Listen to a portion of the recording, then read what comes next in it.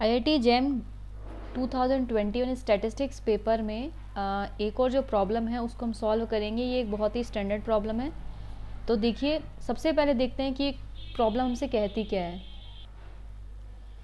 x1 x2 आपके पास दो IID रैंडम वेरिएबल हैं, स्टैंडर्ड नॉर्मल वेरिएट हैं, और signum function for any variable u is given as -1 when u is less than 0, 0 when u is equals to 0 and 1 when u is greater than 0। y1 आपको दिया हुआ है x1 multiplied by signum function of x2 and y2 दिया हुआ है x2 multiplied by signum function of x1।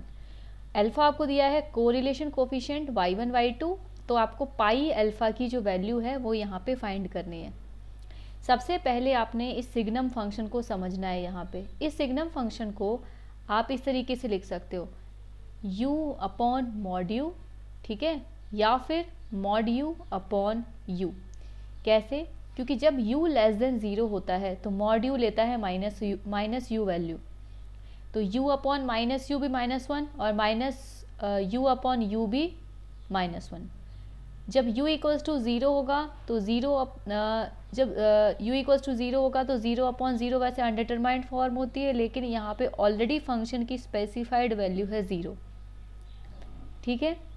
उसके बाद u जब ग्रेटर देन 0 होता है तो u upon u equals to 1। तो हमको जो फॉर्म यहाँ पे यूज़ करनी है सिग्नम फंक्शन की है वो ये वाली फॉर्म है, ठीक।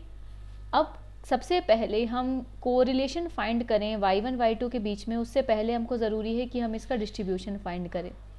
तो आप सपोज़ कीजिए कि मैं y1 का डिस्ट्रीब्यूशन यहाँ पे फाइंड कर रही हूँ, तो f y1 डॉट ये है आपका CDF किसका, y1 का, ठीक है। y2 का सेम इसी तरीके से निकलेगा क्योंकि x1 x2 सिमिलर डिस्ट्रीब्यूशन से डिस्ट्रीब्यूटेड है, ठीक।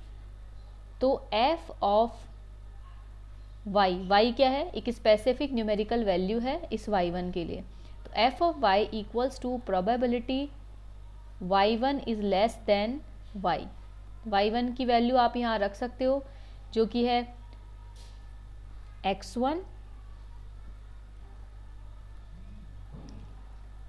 सिग्नम फंक्शन ऑफ x2 और less than equals to y। अब यहाँ पे सबसे बड़ी प्रॉब्लम है कि सिग्नम फंक्शन को सॉल्व कैसे करके लिखें, ठीक है। तो एक चीज़ आपको पता होनी चाहिए कि जब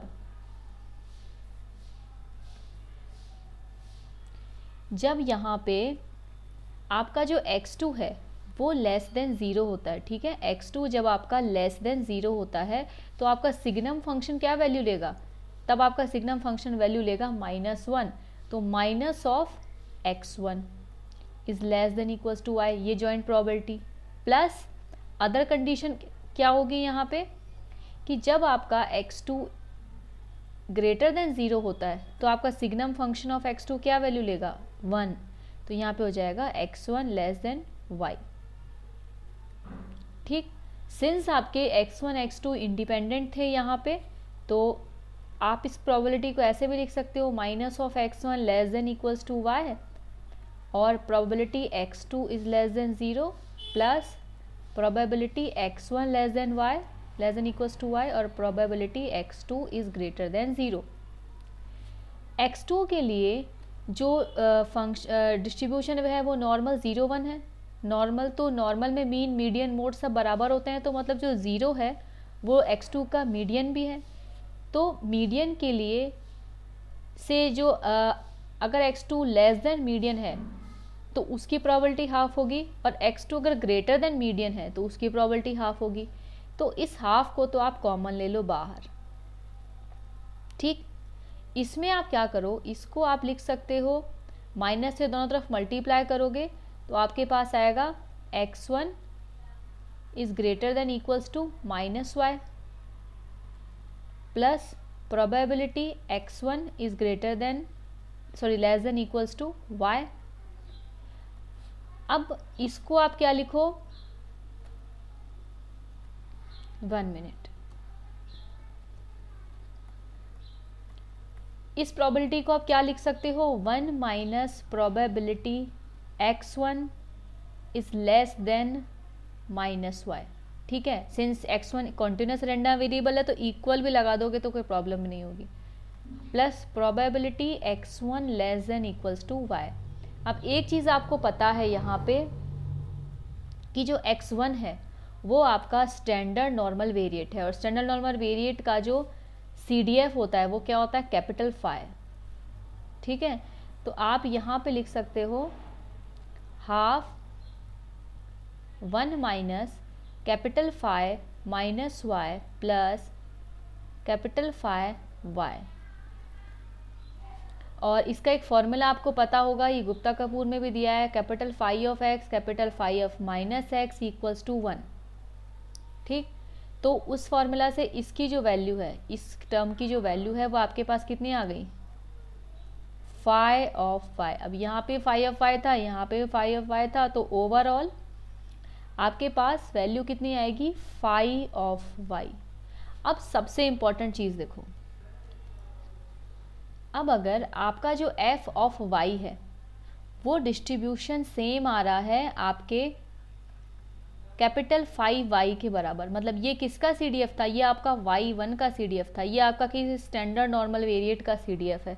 तो अगर दोनों के CDF सेम आते हैं तो यूनिकनेस प्रॉपर्टी से आपको ये पता है कि y1 भी आपका नॉर्मल 0-1 वेरिएट हो गया, ठीक है। तो y1 और y2, क्योंकि y2 x2 और x1 सेम डिस्ट्रीब्यूशंस को फॉलो कर रहे हैं, तो y2 भी आपका नॉर्मल 0-1 वेरिएट को ही फॉलो करेगा। अब आती है बात कि आपको फाइंड करना है correlation between y1 and y2, जो होता है कोवेरियंस y1 y2 अपॉन, पहले कोवेरियंस का फॉर्मूला लिख देते हैं। कोवेरियंस का फॉर्मूला हो गया आपके पास expectation of y1 y2 minus expectation of y1 expectation of y2, और अपॉन में आपका हो गया under root of variance of y1 और y2। तो एक्सपेक्टेशन तो 0 होनी है, ठीक, और वेरिएंस आपके पास यहाँ पे 1 और 1 है, अंडर रूट 1 और 1। तो बेसिकली आपके पास केवल आपको निकालना, क्योंकि y1 नॉर्मल 0-1 वेरिएट है तो वेरिएंस तो दोनों के 1 ही होंगे, तो केवल आपको फाइंड करना है expectation of y1 and y2। तो एक्सपेक्टेशन ऑफ y1 y2, अब आप y1 को क्या लिख सकते हो, y1 को आप लिख सकते हो x1 into signum function of x2। तो सिग्नम फंक्शन ऑफ x2 मैंने आपको बताया था, ये वाला फॉर्म हम यहाँ पे यूज़ करेंगे। तो mod of x2 upon x2, और यहाँ पे आपके पास हो गया सिग्नम, ये y2 क्या लिख सकते हैं, x2 into signum function of x1, तो x1 अपॉन x2, ठीक है। तो x1 से, सॉरी यहाँ पे x1 आएगा,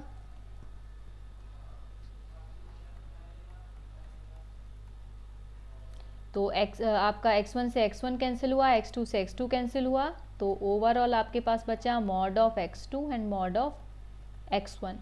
सिंस आपके x1 x2 इंडिपेंडेंट थे तो ये आपके पास हो जाएगा मॉड ऑफ x2।